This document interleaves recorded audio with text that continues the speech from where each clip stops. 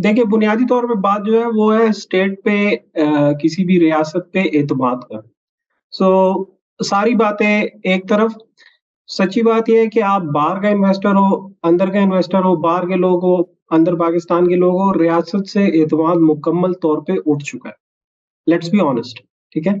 अच्छा, अभी आप डॉलर की बात कर रहे हैं तो बीच में लोग आप बहुत से उस पे अवामिल पे बात करते हैं। अभी अफ़गानिस्तान की भी मैडम ने बात की, बिल्कुल वो एक इश्यू है, but issue is as simple as this. देखिए, एक जो रुपया है या पाकिस्तान की जो करेंसी है, किसी मुल्क की करेंसी जो होती है that is backed by it's state, ठीक है?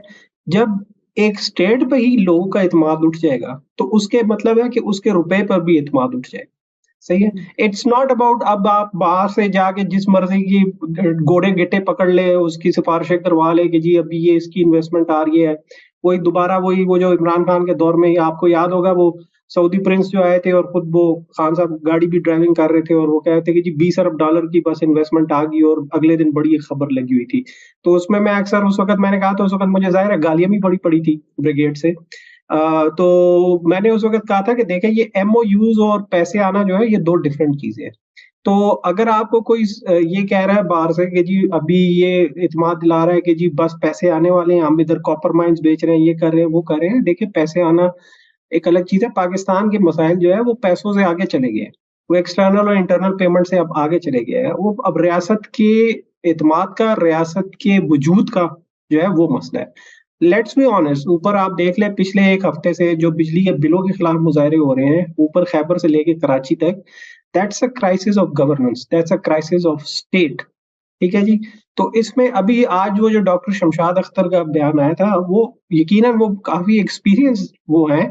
तो आप ये देख लें कि हालात वाक़ई इतने ख़राब हैं कि वो भी घबरा गई हैं, कि वो आके कह रही हैं कि ये तो मेरी तवक्कुआत से बढ़ के जो है इतना बड़ा बहरान है। तो जी। it was kind of surprising, but again it's not kind of surprising इसलिए मैं I play the devil's advocate on this call.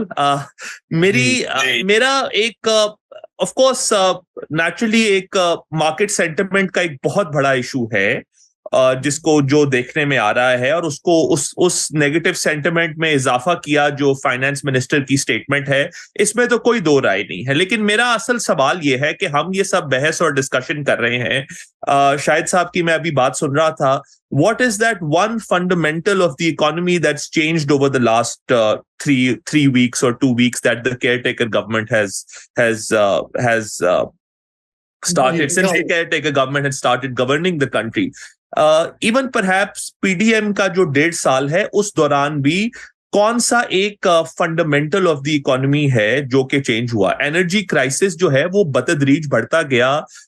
Russia Ukraine जो जंग हुई उसके बाद जब ऑयल प्राइसेस पूरी दुनिया में बढ़ी, इसके ऊपर भी जो है कल बात हो रही थी कि ये जो एनर्जी इन्फ्लेशन आई है, जिसका एक बहुत बड़ा इसके अंदर जो फैक्टर जो इसके अंदर कंट्रीब्यूट कर रहा है वो है currencies losing against the dollar. और उसमें कल ही मैंने इस पे एक ट्वीट भी की कि पाकिस्तान की करेंसी ने तकरीबन 41% लूज किया जनवरी 1 2022 के बाद, जबकि कुछ और ममालिक जहां पे डिफॉल्ट हुआ या मैक्रो इकोनॉमिक क्राइसिस या इम्बैलेंसेस आए, उनके अंदर वेनेजुएला भी शामिल है, इजिप्ट भी शामिल है, उनके अंदर टर्किश लीरा भी शामिल है, जिन्होंने पाकिस्तान से ज्यादा लूज किया इस ड्यूरेशन के अंदर।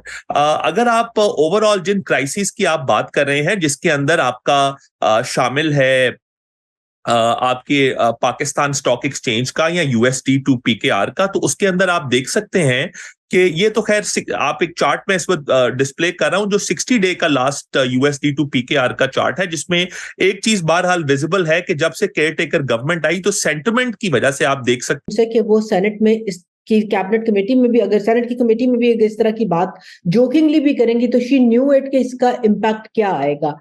मगर हैविंग सेड दैट, जो इस वक्त फ्री फॉल हम डॉलर की या स्टॉक एक्सचेंज की देख रहे हैं, वो उनकी एक उस स्टेटमेंट की वजह से भी नहीं है। उसमें बहुत इंपॉर्टेंट है कि हम अफगानिस्तान को अपनी करेंसी को फॉरेक्स मार्केट को यूज करने दिया जा रहे हैं।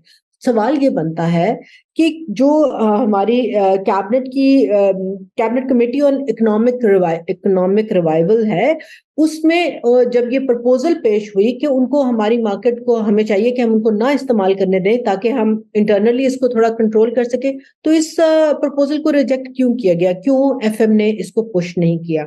उसके साथ साथ बहुत इंपॉर्टेंट है ये वाली बात देखनी कि क्या हम कहते हैं ये स्ट्रक्चरल गवर्नेंस के इशू हैं। लेट से 1 मिनट उधर चले जाएं, क्या इस वक्त जो हमारी एफएम है वो खुद को कह सकती हैं कि being a servant of the state right now, वो गवर्नेंस के जो बॉक्सेस उनसे रिक्वायर्ड है वो उनको टिक कर रही हैं? Let me give you 3 examples. Madam sweet southern gas के बोर्ड ऑफ डायरेक्टर्स पे हैं। आपको पता है एसओई का जो लॉ है वो कहता है कि कोई भी शख्स जो पॉलिटिकल पोजीशन ऑफिस होल्डर हो या जिसके पास लेजिस्लेटिव पावर हो वो बोर्ड ऑफ डायरेक्टर पे नहीं रह सकता। She should have resigned from there, she didn't resign. उन्होंने बल्कि बोर्ड ऑफ डायरेक्टर की मीटिंग कन्वीन की और उसको अटेंड भी की, कॉन्फ्लिक्ट ऑफ इंटरेस्ट।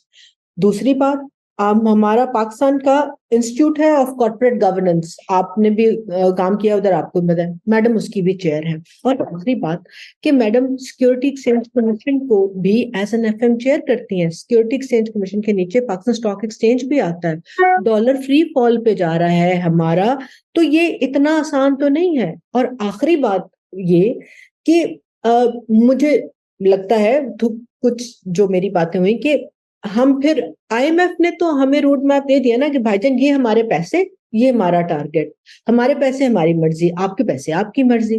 जी, बहैसियत पाकिस्तानी तो अगर सदर साहब ऐसी कोई एडवेंचर को करने जाते हैं तो ऑलरेडी उनके 2-3 एक्ट पिछले हमने गुज़िश्ता 10 दिन में देख लिया, लाफिंग स्टॉक बने हैं वो, तो ऐसा ही होगा।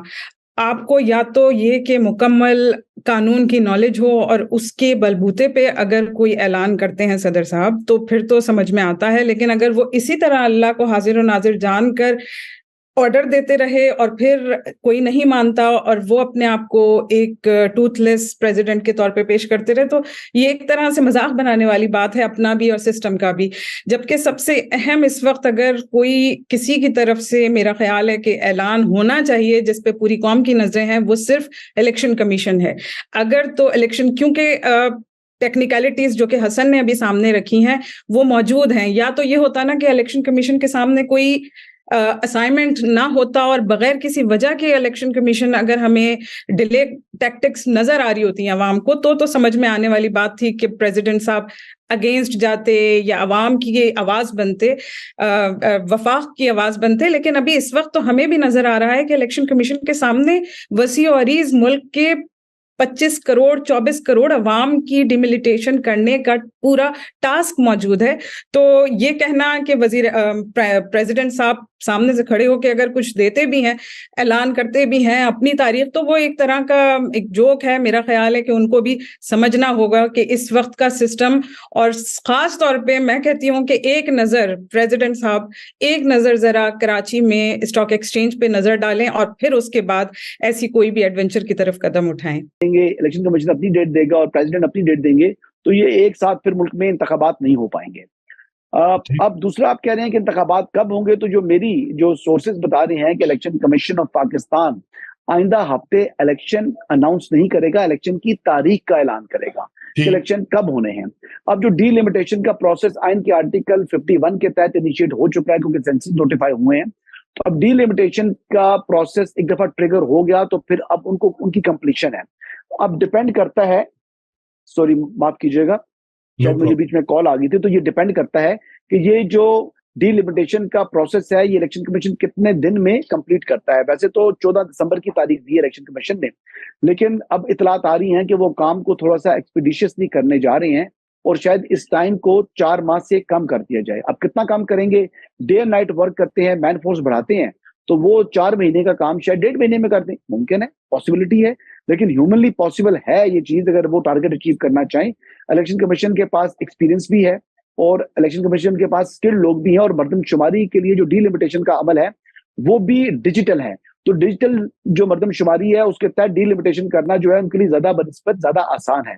तो ये जनवरी तक भी इंतखाबात आ सकते हैं, फरवरी मिड से जनवरी, अर्ली जनवरी में आ जाएं या एंड दिसंबर तक जो है वो अगर करना चाहें, लेकिन मेरे ख्याल के मुताबिक ये फिर भी अगर एंड दिसंबर या अर्ली जनवरी में करते हैं तब भी ये बहुत बड़ी कामयाबी होगी। लेकिन बजाय मौजूदा सूरत हाल के अंदर जो अभी तक डेट्स आ रही हैं, 14 दिसंबर के बाद 54 डेज का अगर इलेक्शन शेड्यूल की अगर आप बात करें तो फिर ये फर्स्ट वीक ऑफ फरवरी बन रहा है। तो ये सिचुएशन है जी। एक खबर और भी है, इतलात मौसूल हो रही है कि शायद प्रेसिडेंट ऑफ पाकिस्तान भी अपनी कोई तारीख दे दें। अगर प्रेसिडेंट ऑफ पाकिस्तान अपनी तारीख दे दे, इलेक्शन कमीशन अपनी तारीख दे दे, तो फिर क्या होगा? तो फिर मामला कोर्ट में जाएगा और फिर वही खिचड़ी जो पहले बन रही है, जो आईनी जो है वो सूरत हाल बुरहान पैदा होते हैं, तो इस किस्म का मजीद बुरहान पैदा हो जाएगा। तो अगर वो बुरहान पैदा करना चाह रहे हैं प्रेसिडेंट ऑफ पाकिस्तान को कि उनको लीगल ओपिनियन मिल चुकी है लॉ मिनिस्ट्री से, तो फिर सूरत हाल यही है, मैटर फिर कोर्ट में जाएगा।